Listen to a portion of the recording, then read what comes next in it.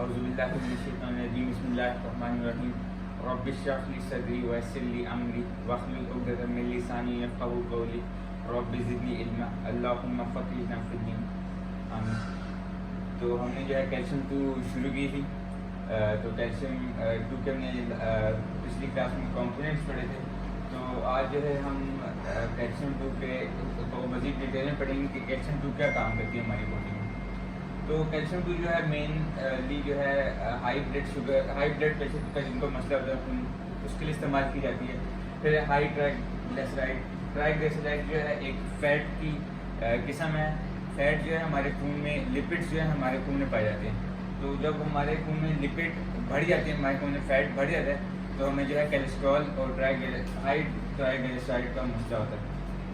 तो उसको भी कंट्रोल करती है, हमारे खून में लिपिड की मकदार को कंट्रोल करती है। फिर हाई ब्लड शुगर यानी खून में शुगर की मकदार को कंट्रोल करती है calcium. Are related with calcium deficiency, जितनी भी 3 आपको मैंने बीमारी बताई ये जो है कैल्शियम की डेफिशिएंसी की वजह से जो है हमारी बॉडी में होती है, calcium and high blood pressure. अच्छा, अब हम देखते हैं कि कैल्शियम और ब्लड प्रेशर का आपस में क्या ताल्लुक है। तो कैल्शियम जो है हमारे जो ब्लड वेसल्स होते हैं, जो हमारी अल्लाह ताला ने जो हमारा ट्रांसपोर्ट सिस्टम बनाया है हमारे जिस्म में, जिससे जो है पूरी बॉडी में हमारा खून फ्लो करता है। हमारा ब्लड जो है आर्टरीज के जरिए जो है पूरी बॉडी में जो है ब्लड फ्लो करता है। तो कैल्शियम जो है ब्लड फ्लो को रेगुलेट करती है, ब्लड वेसल्स को जो है रेगुलेट करती है। उसके साथ साथ जो है कंट्रैक्शन जो होती है हमारी ब्लड आर्टरीज में उसी और जो है साथ साथ जो है डायस्टोल, यानी डायस्टोल जो है वो नीचे वाली जो अक्सर आपने सुना होगा कि मेरा जो अक्सर लोग कहते हैं कि जब मैं बीपी चेक कराता हूँ तो नीचे वाला जो बीपी है वो लो रहता है हमेशा। तो डायस्टोल जो है वो नीचे वाला बीपी होता है। तो इसलिए जो है कैल्शियम जो है डायस्टोल को भी कंट्रोल करती है। और फिर जो है कैल्शियम डेफिशिएंसी की वजह से जो है हमारी जो आर्टरीज होती है, जो हमारी ट्रांसपोर्ट सिस्टम है उसमें जो है ब्लॉकेज हो, जगह कैल्शियम की कमी हो। और जो है फिर इसके साथ साथ ये जो है कैल्शियम हाई ब्लड प्रेशर को भी कंट्रोल करती है। फिर कैल्शियम जो है क्या करती है, हाई ब्लड प्रेशर को किस तरह कंट्रोल करती है, सवाल आता है। तो जब हमारे खून में सोडियम की मकदार बढ़ जाती है, यानी सिंपल जो हम इसको लेते हैं नमक की मकदार, सिंपल अल्फाज में, लेकिन ऐसी सोडियम की जो है जब हमारे खून में मकदार बढ़ जाती है तो उससे क्या होता है कि हमारा जो है ब्लड प्रेशर बढ़ जाता है। तो कैल्शियम जो है सोडियम की मकदार को बैलेंस करता है हमारे खून में। और जो है उसके साथ साथ जितने भी मसाइल हमें पेश आते हैं जब हमें हाई ब्लड प्रेशर होता है तो कैल्शियम जो है उसको भी हल करती है। तो कैल्शियम जो है 2 चीज़ों पे काम करती है, इस स्टेटमेंट में 2 चीज़ों में काम करेगी। एक तो वो सोडियम की मकदार कम करके हाई ब्लड प्रेशर को रोक रही है, यानी कॉज को पकड़ रही है। फिर जो से साइड इफेक्ट आते हैं हाई ब्लड प्रेशर से, उसके जितने भी हमारी बॉडी में साइड इफेक्ट आते हैं उसको कंट्रोल करती है, उसको जो है ख़त्म करती है हमारी बॉडी से। फिर जो है कैल्शियम और हाई ट्राइग्लिसराइड का क्या ताल्लुक है कि कैल्शियम की कमी की वजह से हमें जो है हमारे खून में लिपिड्स की मकदार कैसे बढ़ जाती है। अच्छा, कैल्शियम जो है क्या करती है कि हमारे जो खून में जो कोलेस्ट्रॉल होता है, जो कोलेस्ट्रॉल लेवल होती है उसको मेंटेन रखती है। उसको जो है कैल्शियम जो है हाई कोलेस्ट्रॉल नहीं होने देती है हमारी बॉडी में, हमारे खून में। और फिर जो है हमारे जब खून में फैट की मकदार बढ़ जाती है तो कैल्शियम उसको भी कंट्रोल करती है। कैल्शियम जो है जितना भी फैट होता है हमारी बॉडी में हमारे खून में जितना भी फैट होता है उसको एब्जॉर्ब कर लेती है और रिजर्व हो लेती है। फिर क्या होता है कैल्शियम जो है हाई ब्लड शुगर के साथ क्या ताल्लुक है कि कैल्शियम जो है हाई ब्लड शुगर किस तरह कंट्रोल करती है। तो कैल्शियम जो है क्या करती है कि कैल्शियम जो है एक बटन का काम करती है। किस तरह काम करती है बटन हमारी बॉडी में कि हमारी बॉडी में पेनक्रियाज होता है एक ऑर्गन जो इंसुलिन सिक्रिएट करता है, इंसुलिन रिलीज करता है। वो इंसुलिन हमारे खाने में मिक्स होता है ताकि जो शुगर है वो हमारे खून में ना शामिल हो सके। तो क्या होता है जब हम खाना खाते हैं तो इंसुलिन रिलीज होनी होती है ताकि जो हमारा खाना है वो हजम हो सके और ब्लड में शुगर की मकदार ना बढ़ सके, ब्लड शुगर मेंटेन रहे। तो कैल्शियम जो है स्विच का किस तरह काम करती है कि वो इशारा देती है पेनक्रियाज को कि इतनी इंसुलिन छोड़नी है, और जब पूरी हो जाती है इंसुलिन तो वो स्विच ऑफ कर देती है पेनक्रियाज का, तो वो जो इंसुलिन जो छोड़ रहा था पेनक्रियाज वो बंद हो जाता है। तो ये जो है बेसिकली स्विच काम करती है कि कितनी इंसुलिन हमें अभी ज़रूरत है। फिर जो है एक और भी चीज़ देखी गई है, एक और भी चीज़ ऑब्जर्व की गई है कि जिनको जो है शुगर का मसला होता है, तो अगर उनमें कैल्शियम की मकदार पूरी नहीं होती तो उसका जो है रेट 20% ज़्यादा है जिनको कैल्शियम की मकदार पूरी होती है। यानी जिन लोगों को कैल्शियम डेफिशिएंसी होती है और ब्लड शुगर होता है, तो उनकी मकदार 20% ज़्यादा है उन लोगों से जिनको कैल्शियम भी पूरी होती है लेकिन शुगर भी होता है साथ साथ, शुगर की तो डिजीज होती है। तो आगे हम देखें ये कैल्शियम आपने लिखा हुआ है कि कैल्शियम जो है ना ये सोडियम के इंक्रीज को एलिमिनेट करती है, ये कैसे करती है? कैल्शियम और सोडियम आपस में कैसे, मतलब उसकी एलिमिनेशन कैसे होती है? हमारे खून में सोडियम जब बढ़ जाता है ना, सोडियम देखे ना खून के अंदर एक तो नेचुरल हो सकता है वो सोडियम को, एक हम बाहर से नमक वगैरह इस्तेमाल कर दिया तो वो सोडियम की मकदार बढ़ जाती है। इसके एलिमिनेशन क्या केमिकल रिएक्शन होता है, या कैसे उसको कैल्शियम और सोडियम का आपस में क्या रिएक्शन है कि जिसकी वजह से उसको एलिमिनेट कर देती है? कैल्शियम सोडियम को कैसे करती है, मतलब कैल्शियम सोडियम को एलिमिनेट कैसे कर देती है? लेकिन जैसे वो कोलेस्ट्रॉल और जितने भी हमारे लिपिड देखिए ना, अब इसमें एक मतलब जैसे मैं समझता हूँ, फर्स्ट करेंगे अगर आप कैल्शियम ले रहे हैं, अगर कोई ऐसी दवाई ले रहे थे जिसकी वजह से आपको यूरिन ज़्यादा आता है, उसमें वो यूरिन में सोडियम जो है ना वो उसमें आउट हो जाता है, ठीक है? ये इस किस्म की कोई इसका क्या रिएक्शन है, मुझे भी इसका आपकी बात समझ है कि calcium food increase the eliminate of sodium, ये कैसे करती है? कैल्शियम के अंदर इसमें है प्रॉपर्टी ऐसी कि इसको सोडियम को एलिमिनेट करना and mitigate the adverse effects of the blood pressure, वो ठीक है। जब सोडियम आपका रिड्यूस हो जाएगा, खत्म हो जाएगा, सोडियम कम हो जाएगा तो ब्लड प्रेशर अल्टीमेटली ठीक हो जाएगा, इससे तक ठीक है। मगर वो कैसे करती है, क्या उसके अंदर वो है कैल्शियम के अंदर क्या, कैसे वो उसको कोई है? चलिए अगर फिर इसको आप बराबर चलिए मैं पापा से तो आगे हम देखेंगे। अच्छा, अब जो है कैल्शियम तो हमारी खत्म होती है। अब जो हमारी जो कैल्शियम लास्ट कैल्शियम है, कैल्शियम 4 है, जिसको हम calcium super calcium with lecithin कहते हैं।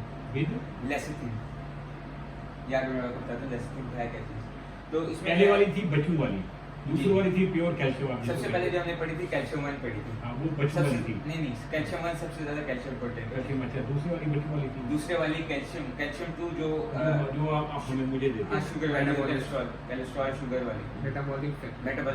ये कौन सी है? ये कैल्शियम 4 है, और कैल्शियम जो 3 है वो बच्चों वाली है। अब ये जो है कैल्शियम 4 है, ये इसके अंदर लेसिथिन भी आते हैं। तो इसके जो मेन कंपोनेंट्स हैं वो जिम्बोलिटिक बॉन्ड कैल्शियम पाउडर है, फिर लेसिथिन है।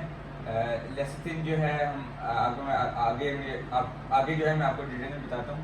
फिर टोराइन भी है, फिर इसमें विटामिन B1, विटामिन B12 और विटामिन C है। तो विटामिन C के बारे में पहले बात कर चुके हैं कि विटामिन C इम्यूनिटी को स्ट्रॉन्ग करता है, और विटामिन C जो है हमारी जो है आंखों के लिए अच्छा होता है, और हमारी जो दांत और हड्डियों के लिए भी फ़ायदेमंद होता है। तो अब मैं आपको सबसे पहले बताता हूँ लेसिथिन क्या चीज़ है। अच्छा, लेसिथिन जो है उसका क्या काम होता है? लेसिथिन जो है जब कोई नर्व सेल, जो हमारे जो दिमाग होता है उसमें न्यूरॉन होते हैं, नर्व सेल्स होते हैं। तो जब कोई नर्व सेल जो है अपनी जो कैपेसिटी है उसको 17 to 20% जब अपनी कैपेसिटी मतलब से कम हो जाता है, यानी 100% में से जो है वो 80% काम करना शुरू कर देता है, यानी उसकी जो कैपेसिटी है वो कम होती है, यानी थोड़ा बहुत वो ख़राब हो जाता है। तो लेसिथिन जो है उसको उसकी क्वालिटी को इम्प्रूव करती है न्यूरॉन सेल को जो हमारे दिमाग में होते हैं। फिर जो है ये सबसे मेन कंपोनेंट है हमारे ब्रेन में, जो हमारी जो ब्रेन में जो इतनी ज़्यादा जो सिग्नल जा रहे होते हैं इधर उधर, जो जिसको हम न्यूरो ट्रांसमिशन सिग्नल कहते हैं, यानी जो हमारे ब्रेन में जितने भी सिग्नल जा रहे हैं हमारी बॉडी के लिए, तो उसको जो है ये उसकी वजह से लेसिथिन की वजह से जो है हमारे ब्रेन में सिग्नल पास हो रहे हैं। फिर ये क्या करती है कि ये जो है हमारे जो ब्रेन सेल होते हैं उसको उसको एक्टिवेट करती है, सही है। फिर उसके साथ साथ क्या करती है, ये जो है हमारी याददाश्त को मजबूत करती है, यानी हमारी मेमोरी इंप्रूव करती है, और फिर जो है हमारा आईक्यू बढ़ाती है, इंटेलिजेंस हमारी बढ़ाती है। फिर जो है ये हमें जो है अक्सर लोगों को मसला होता है जब उनका आईक्यू कम होता है, तो वो जब हम इनसे कोई सवाल पूछें तो वो काफ़ी देर बाद जवाब देते हैं सोच के। तो ये सोचने की जो है ना टाइम ड्यूरेशन उसको कम करती है, और जो है जल्दी अगर हम इसको इस्तेमाल करें तो हम जो है नोट करेंगे कि हम अगर हमसे कोई सवाल पूछेगा मुश्किल सा, तो हम जो है उसको फ़ौरन हमारे ब्रेन में प्रोसेस होगा, हम फ़ौरन उसको जवाब देंगे। तो उसके साथ साथ ये क्या करती है, ये सेनाइल डेमेंशिया। अच्छा, सेनाइल डेमेंशिया एक बीमारी है ब्रेन से रिलेटेड। इसमें क्या होता है कि जो इंसान होता है वो ज़्यादातर ये ओल्ड एज में होती है सेनाइल डेमेंशिया जी, हाँ जी, याददाश्त कमज़ोर होती है। तो इस केस में क्या होता है कि जो पेशेंट होता है वो उसकी जो शुरू की जो याददाश्त होती है, यानी जो अभी उसके साथ जो वाक़या हो चुके होते हैं वो भूल जाता है, लेकिन उसको जो पुराने जो 10-20 साल पहले जो उसके साथ जो वाक़या हुए होते हैं उसको वो याद करना शुरू कर देता है। तो ये जो है सेनाइल डेमेंशिया। अच्छा, अब हम बात करें टोराइन के बारे में। टोराइन जो है वो कैल्शियम 3 में भी पाई जाती है, जो कि टोराइन जो है बच्चों के लिए बहुत फ़ायदेमंद है। टोराइन जो है बच्चों की बॉडी में बहुत सारे इसके फंक्शन हैं, तो इसका जो फंक्शन है वो ब्रेन में भी है। तो टोराइन जो है वो मदर मिल्क में पाई जाती है, माँ के दूध में, और ये क्या करती है कि इसके जो है हमारे ब्रेन में बहुत ज़्यादा फंक्शन है। तो ये क्या करती है कि हमारे जो नर्वस सिस्टम होती है उसको इन्हांस करती है, उसको बिल्ड करती है। टोराइन जो है नर्वस सिस्टम को बिल्ड करती है, उसको प्रमोट करती है, यानी उसकी ग्रोथ करती है, ठीक है, और इसकी डेवलपमेंट के लिए जो है टोराइन बहुत ज़रूरी होता है। फिर जो है ये क्या करती है कि जो सेल्स होते हैं नर्व सेल, उसकी क्वालिटी को इम्प्रूव करती है टोराइन, और ये स्पीड और एक्यूरेसी को भी इम्प्रूव करती है, यानी जो हमारी जो सोचने की सलाहियत है उसको जो है ये बूस्ट अप करती है टोराइन, और जो है एक्यूरेसी को बढ़ाती है, यानी हम जो है हमारा किसी भी सोचने की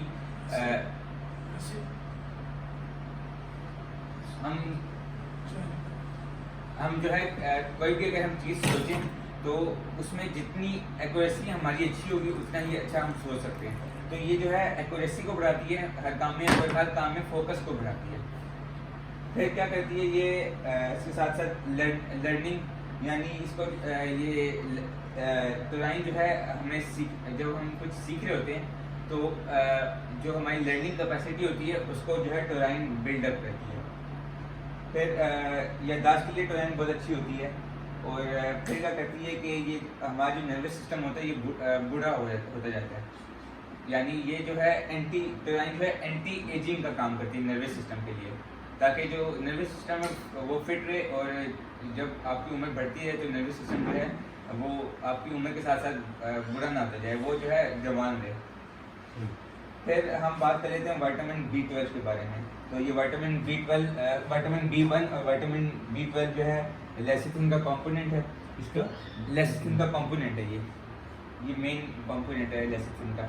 तो उसमें जो विटामिन B1 होती है वो क्या काम करती है, वो जो है हमारे जो ब्रेन होता है वो ग्लूकोज खाने से जो हमें ग्लूकोज मिलता है, तो ग्लूकोज जो है वो हमारा जो ब्रेन होता है वो ग्लूकोज से एनर्जी बनाता है, और जो एनर्जी होता है वो इस्तेमाल करता है ताकि हमारे जितने भी बॉडी के फंक्शन हैं वो कंट्रोल ब्रेन उसका कंट्रोल हो उसके पास। जितने भी हमारे हम जो सांस ले रहे हैं और हमारे जितने भी ऑर्गन, हमारे डाइजेशन जो है, जितने भी हमारे बॉडी में जो सिस्टम जो चल रहे हैं वो ब्रेन की वजह से चल रहे हैं। ब्रेन जो है हमारी बॉडी का CPU है। तो ये क्या करती है कि विटामिन B1 जो है जो एनर्जी होती है ब्रेन के लिए, तो ये इसमें मदद करती है विटामिन B12 ब्रेन को कि ये ग्लूकोज से एनर्जी बना सके। फिर जो है विटामिन B12 क्या करती है, ये विटामिन B1 के बारे में विटामिन B12 क्या करती है। विटामिन B12 जो है वो हमारे जो है फोकस को बढ़ाती है, हमारी अटेंशन को बढ़ाती है, यानी कोई अगर हम चीज़ सुन रहे हैं तो उस हमारी अटेंशन को बढ़ाती है। फिर ये जो है हमारी जो याददाश्त है उसको बढ़ाती है, और और जो सेंस ऑफ बैलेंस, यानी जो हम चलते हैं जब, तो हमारी बॉडी बैलेंस होती है, या हम एक पाँव पे खड़े हैं तो हमारी बॉडी जो है बैलेंस करती है। तो ये जो विटामिन B12 है ये हमारी बॉडी में जो है बैलेंस को मेंटेन रखती है, ताकि अगर हम चलते हैं तो हम चलते चलते गिर ना जाए। और फिर ये जो है एक और काम करती है विटामिन B12, जो उसका मेन जो काम है विटामिन, ये लिखा हुआ है डायस्फोरिया, ये एक बीमारी का नाम है। इसमें क्या होता है कि दिमाग में जो है बेचैनी शुरू हो जाती है, जो पेशेंट होता है वो ठीक से सो नहीं पाता, और जो है वो मतलब कोई उससे सवाल पूछे तो वो जवाब नहीं दे पाता उस चीज़ का, तो दिमाग में बिल्कुल बेचैनी शुरू हो जाती है। तो ये जो है दिमाग में जो बेचैनी होती है इसको ख़त्म करती है विटामिन B12। तो आज जो है हमारा इतना सही सेशन था, तो आगे हम कैल्शियम को और मदद करेंगे। यार वैसे ये आप जो लेसिथिन है क्या, इसका सोर्स क्या है? लेसिथिन जो है ये किस चीज़ से, कहाँ से, किससे? लेसिथिन जो है हमें खुराक से मिलती है, जो हम खाना खाते हैं उससे हमें लेसिथिन भी मिलती है। लेसिथिन जो है हमारे जो ब्रेन है उसके इर्द गिर्द क्लियर होती है लेसिथिन, और इसके साथ साथ जो है ये जो हमारे जो आपको मैंने पहले बताया कि ये जो है नर्व सेल को रिपेयर करती है। नहीं, ये तो है कि उसको फायदा देती है, जी जी। लेकिन बेसिकली खुद ये क्या चीज़ है? जैसे कैल्शियम है, न्यूट्रेंट है, जैसे कैल्शियम है ये कंपाउंड है, जैसे कैल्शियम है, विटामिन हैं, प्रोटीन है, वैसे ही लेसिथिन है। अब जमान ये जो स्लाइड में बनी हुई है ना, ये बड़ा अच्छा आपने आज इसमें ना ये मेन कंपोनेंट के साथ ETC वाला लफ्ज जो है ना, ये बिल्कुल गलत है। क्योंकि मेन कंपोनेंट में ETC नहीं, ETC से मुराद है वगैरह वगैरह, क्या मकसद है वगैरह वगैरह। ये लफ्ज यहाँ पे जो ETC है ना, ये आप पूरी स्लाइड को खारिज कर देते हैं। असल जब मेन कंपोनेंट का लफ्ज जो ETC है वो होना चाहिए, अब क्या ETC है? ETC आप लिखे ही नहीं। सही। नहीं लिखिए, जब आप मेन कंपोनेंट का लफ्ज बता रहे हैं ना, मतलब इसके कंपोनेंट 100 है, मगर उसमें से मेन अगर आपने 10 रखने हैं तो वो 10 रख दे, ETC वाला लफ्ज हटा दें। ETC का क्या मुराद है, किसी को क्या पता ETC से क्या मुराद है? ये मेरी मतलब वो मेरे ख्याल में तो ये नहीं बनता।